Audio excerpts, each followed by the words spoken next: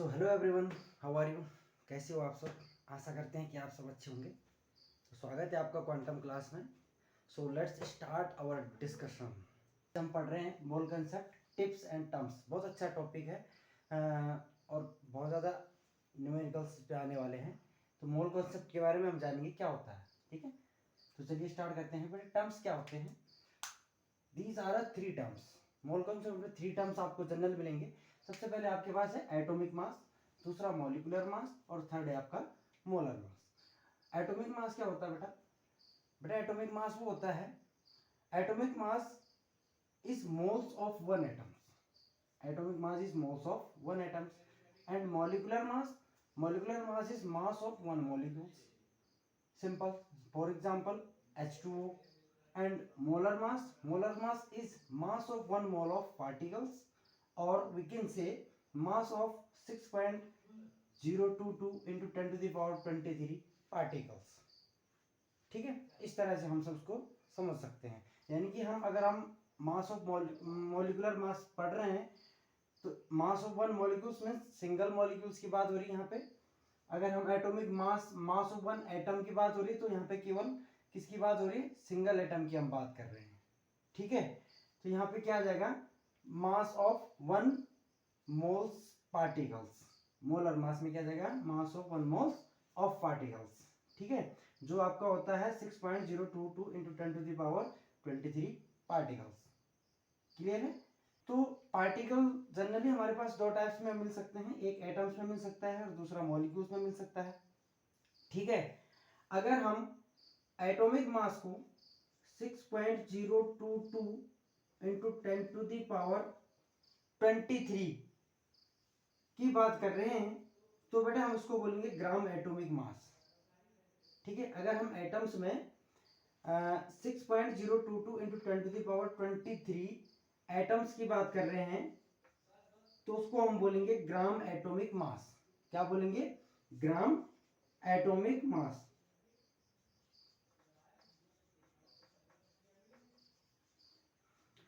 Next, अगर हम 6.022 into 10 to the power 23 molecules की बात कर रहे हैं तो हम इसको बोलेंगे ग्राम मॉलिक्यूलर मास। क्या बोलेंगे? Molecular mass. हमने क्या पढ़ा अभी तक? 3 टर्म्स पढ़े। सबसे पहले हमने कहा एटॉमिक मास क्या होता है। एटॉमिक मास क्या होता है? तो mass is a one atoms, one moles of atoms. ठीक है, और मॉलिक्यूलर मास क्या होता है? मास ऑफ वन मॉलिक्यूल्स, यानी कि सिंगल मॉलिक्यूल्स और सिंगल एटम की बात कर रहे हैं। और मोलर मास क्या होता है? Molar mass mass of one moles of particles. In another word हम बोल सकते हैं mass of 6.022 into 10 to the power 23 particles. ठीक है, पार्टिकल्स हम दो तरह से समझ सकते हैं, एटम्स और दूसरा मॉलिक्यूल्स। एटम को हमने बोला जब हम 6.022 into 10 to the power 23 atoms हम बोलेंगे तब वो हो जाएगा आपका ग्राम एटॉमिक मास। और जब 6.022 into 10 to the power 23 molecules होंगे तब वो हमारे हम बोलेंगे उसको कि ग्राम एटॉमिक मास हम इसको बोलेंगे। ठीक है, जैसे हमारे पास एग्जांपल्स हैं इसके, एटम्स के एग्जांपल हम बोल सकते हैं, जैसे we can say single atoms carbon, nitrogen, oxygen, sodium, chlorine, we can say. Next जो मॉलिक्यूल्स हमारे पास जैसे H2O,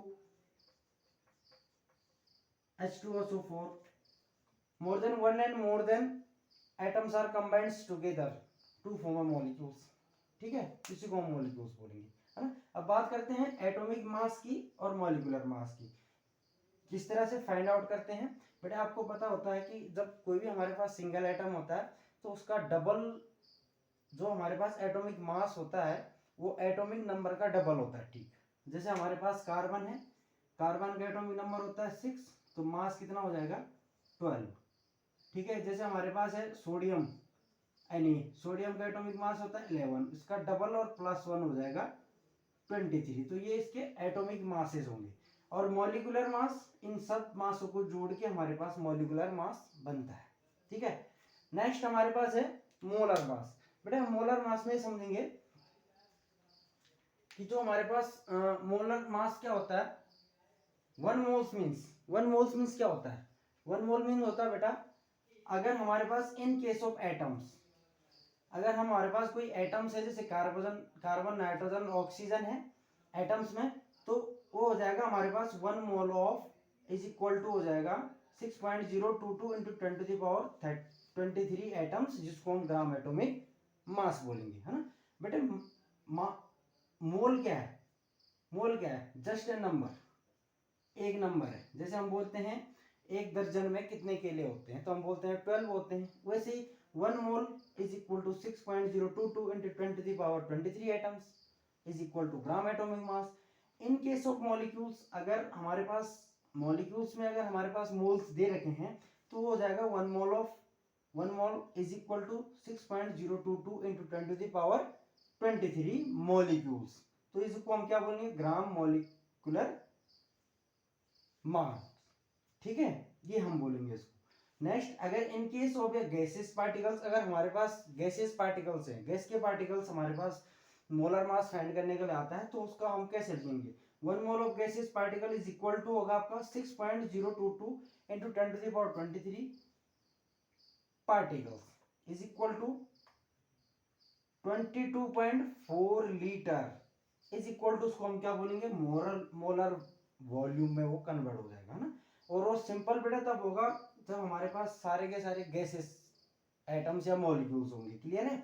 वो भी तब होगा एसटीपी कंडीशंस में। एसटीपी कंडीशंस का means standard temperature and pressure condition में, जो हमें गिवन होगा, जो हमारे पास प्रेशर होगा 1 atm और टेम्परेचर क्या होगा 273 केल्विन्स। तो ये जनरल सी बात थी बेटा। मोलर मास, मोल्स क्या होते हैं? Just moles, just a number, ठीक है। मोल्स क्या है? एक जस्ट नंबर है। जैसे हमने बोला 1 मोल इज इक्वल टू होता है 6.022 इंटू 10⁻23। अब मैंने बोल दिया 1 मोल ऑफ कार्बन में कितने मोल है ना? तो हम बोलेंगे कार्बन भाई 1 एटम ऑफ कार्बन में कितने मोल है? तो हम बोलेंगे भाई 1 इंटू 6.022 इंटू 10⁻23 मोल है।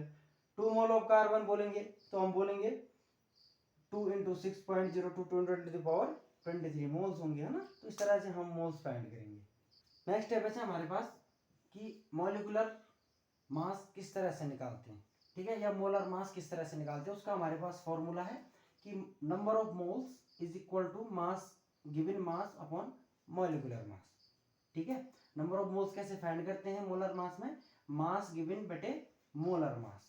या अगर हमारे पास कोई गैसेस पार्टिकल्स है तो उसके लिए फॉर्मूला हो जाएगा number of moles is equal to volume of at STP conditions divide by 22.4 litre. यहाँ पे बताया था ना मैंने कि in case of gas particles के लिए हम क्या यूज करेंगे? 22.4 लीटर मोलर वॉल्यूम हम ज्ञात करेंगे, ठीक है, वो भी एसटीपी कंडीशन में। तो volume at STP upon 22.4 litre, ठीक है। तो एक क्वेश्चन है हमारे पास नंबर ऑफ मोल्स का, तो उसको हम फाइंड आउट कर लेते हैं।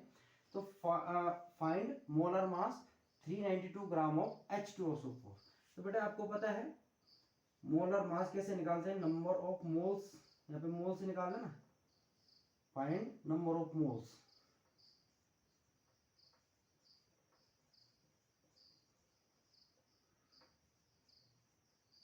इज इक्वल टू हो जाएगा आपका given mass divide by molar mass.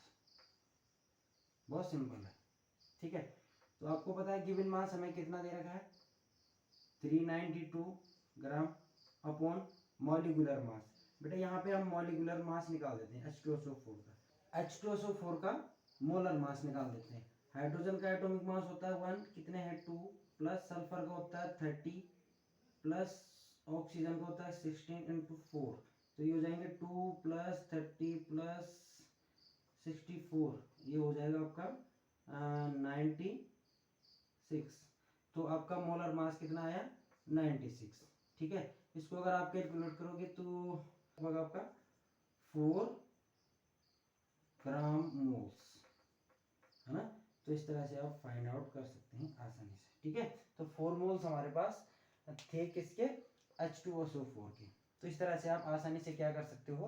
Number of moles निकाल सकते हो मोलर मास के फॉर्मूले से, ठीक है।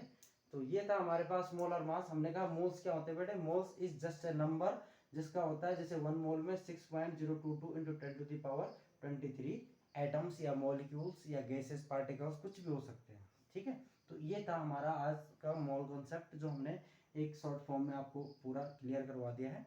आई होप आपको वीडियो अच्छी लगी होगी। अगर वीडियो अच्छी लगी होगी तो वीडियो को लाइक, कमेंट और सब्सक्राइब कर देना। ठीक है, थैंक यू सो मच।